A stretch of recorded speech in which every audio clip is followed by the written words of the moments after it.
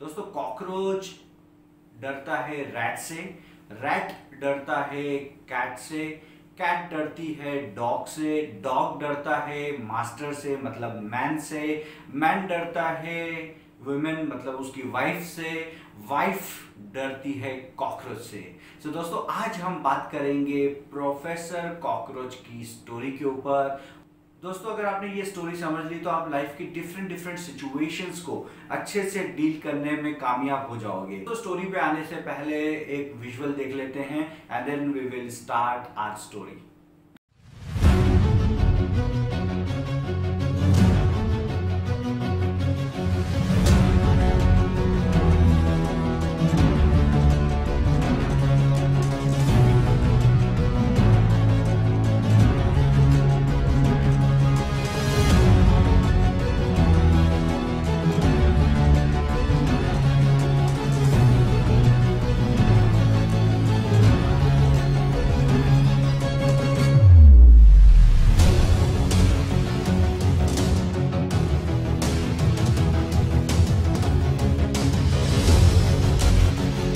एक रेस्टोरेंट में एक लेडी खाना खा रही होती है और एक प्रोफेसर हमारे कॉकरोच साहब उसमें जंप कर जाते हैं उसकी प्लेट में। वो लेडी कांप सी जाती है और एकदम से चेयर पे खड़ी होके चिल्लाने लगती है। शी स्टार्ट्स स्क्रीमिंग, पूरा होटल वो सर पे उठा लेती है।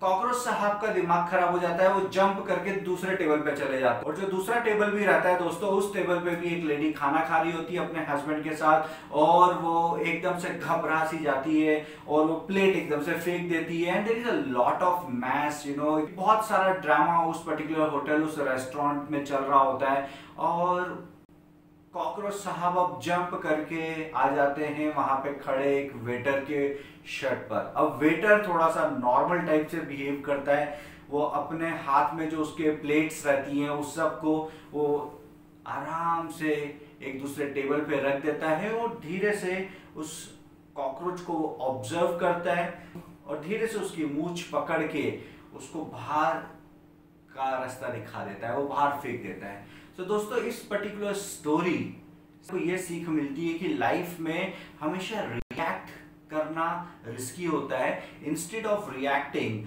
आपको रिस्पॉन्ड करना होता है। तो आज जो हम बात करेंगे we are going to talk about reaction versus response और एक लाइफ सिचुएशन में हम किस प्रकार से रिएक्ट करें और किस प्रकार से उसी सिचुएशन को अगर हम रिस्पॉन्ड करते हैं तो हमारी लाइफ कैसे चेंज होती है।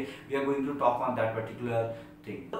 दोस्तों जो रिएक्शन देने वाला बंदा होता है वो हमेशा क्या करता है, इमोशनली एक्ट करता है। वो अपने इमोशंस को कंट्रोल नहीं कर पाता और उस वजह से क्या होता है, प्रॉब्लम्स होना उसकी लाइफ में चालू हो जाता है। दोस्तों वो जो लेडी रहती है उसकी लाइफ में इतना इशू क्यों हो रहा है, क्योंकि वो कॉकरोच की वजह से she entered into panic state.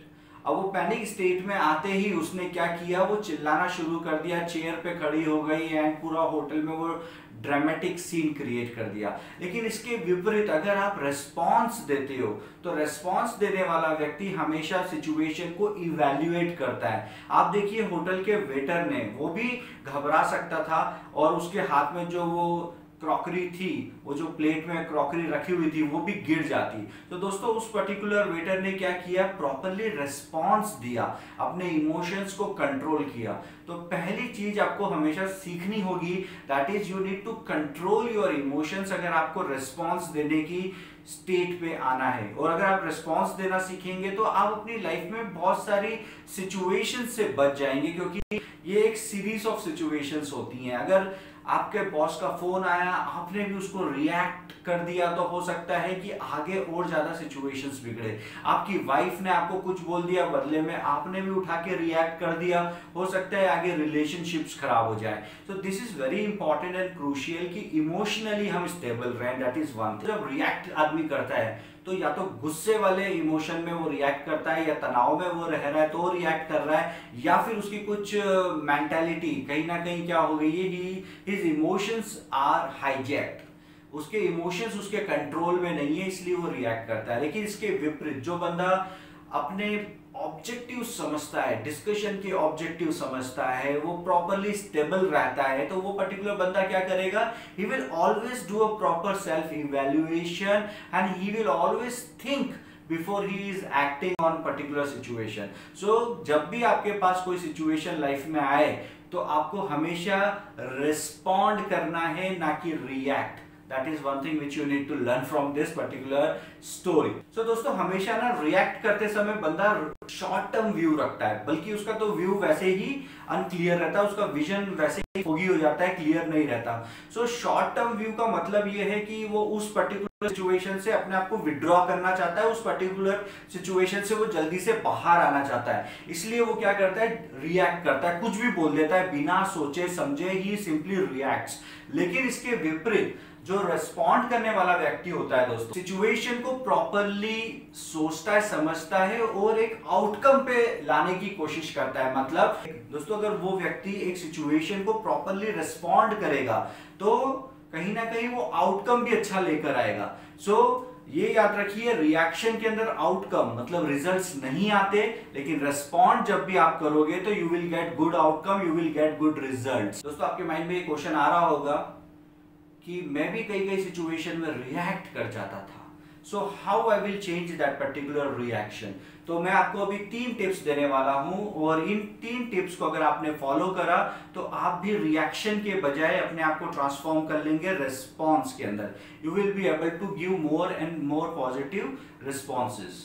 सबसे पहली चीज जो आपको करनी है, जैसे ही सिचुएशन आती है उस समय आपको रिस्पॉन्ड और रिएक्ट के बारे में नहीं सोचना है। सबसे पहले आपको यह सोचना है कि ये सिचुएशन में मेरे अंदर से क्या इमोशंस निकल रहे हैं। अगर मेरे अंदर पॉजिटिव इमोशन है तो ऑब्वियसली मैं रिस्पॉन्ड ही करूंगा, लेकिन अगर मेरे अंदर से गुस्सा निकल रहा है, अगर मेरे अंदर से फॉर एग्जांपल स्ट्रेस या एंजाइटी निकल रही है, उस पर्टिकुलर टाइम पे मुझे चुप रहना है, मुझे चुप रहना है, बिकॉज गुस्से के अंदर मैं रिएक्ट ही करूंगा, मैं रिस्पॉन्ड नहीं दे पाऊंगा।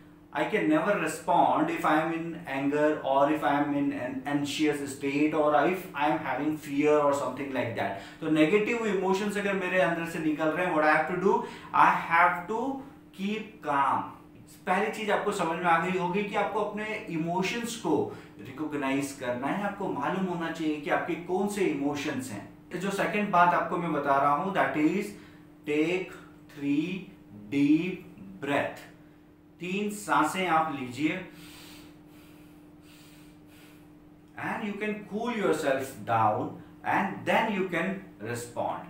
कोई भी सिचुएशन, कैसी भी सिचुएशन आई आपको, आप हमेशा उसको प्रॉपरली डीप ब्रेथ लेकर अपने आप को काम डाउन कर उस पर्टिकुलर सिचुएशन को रिस्पॉन्ड आप कीजिएगा। और तीसरी चीज जो आपको करना ही है, और ये पूरे वीडियो में मैंने आपको बताया, वो है थिंक एंड एक्ट।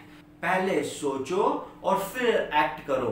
आप एकदम से एक्ट मत कर दो, एकदम से रिएक्ट मत कर दो। आपको करना क्या है, जैसे ही आपके पास कोई सिचुएशन आई, आपको सोचना है और अपने थॉट प्रोसेस के हिसाब से कूल होके, कंपोज्ड होकर एक प्रॉपर डिसीजन आपको दोस्तों लेना है। So this is the third and the final tip. दोस्तों, जब भी आप रिएक्ट करते हो तो आप अपना पूरा कंट्रोल, अपना पूरा जो कंट्रोल का रिमोट सिस्टम है, वो आप सामने वाले को दे देते हो, और वो सामने वाला अपने हिसाब से आपको कंट्रोल कर सकता है। तो दोस्तों, ऑलवेज रिमेंबर, जैसे मामा शकुनी ने दुर्योधन को कंट्रोल किया, likewise you can be controlled by somebody else if you are reacting to a situation। आपने अपना पूरा कंट्रोल किसको दे दिया, आपने पूरा कंट्रोल सामने वाले को दे दिया। लेकिन इसके विपरीत, अगर आप कोई भी सिचुएशन में प्रॉपरली रिस्पॉन्ड करते हो, तो आप याद रखिएगा कि ये जो कंट्रोल है, ये किसके पास रहेगा, अपना सेल्फ कंट्रोल आपके खुद के हाथ में रहेगा। देयर इज नो वरीज कि कोई और आपको कंट्रोल कर सके। सो आपका कंट्रोल खुद आपके पास ही रहेगा। दोस्तों, इस पर्टिकुलर वीडियो का मैसेज बड़ा ही क्लियर था कि आप डिफरेंट सिचुएशंस में रिएक्ट ना करें, रिस्पॉन्ड करें। दोस्तों, इस वीडियो में बस इतना ही। हमेशा खुश रहो, हमेशा मस्त रहो, हमेशा मुस्कुराते रहो, हमेशा मोटिवेटेड रहो और कुछ ना कुछ नया सीखते रहो। दोस्तों, अगर आपने मोटिवेट मी के चैनल को सब्सक्राइब नहीं किया है तो अभी इसी वक्त जाके सब्सक्राइब बटन पे क्लिक कर दीजिए, उसके बाजू के बेल आइकन को भी क्लिक कर दीजिए। मैं ऐसे मोटिवेशनल वीडियोस, डीप डिस्कशंस वाले वीडियोस और आप लोगों के लिए वेरियस स्किल डेवलपमेंट के वीडियोस लाता रहता हूं, और ये स्टूडेंट्स के लिए, बिजनेसमैन के लिए और साथ में प्रोफेशनल्स के लिए काफ़ी उपयोगी रहते हैं। तो subscribe my channel. Bye bye, जय हिंद।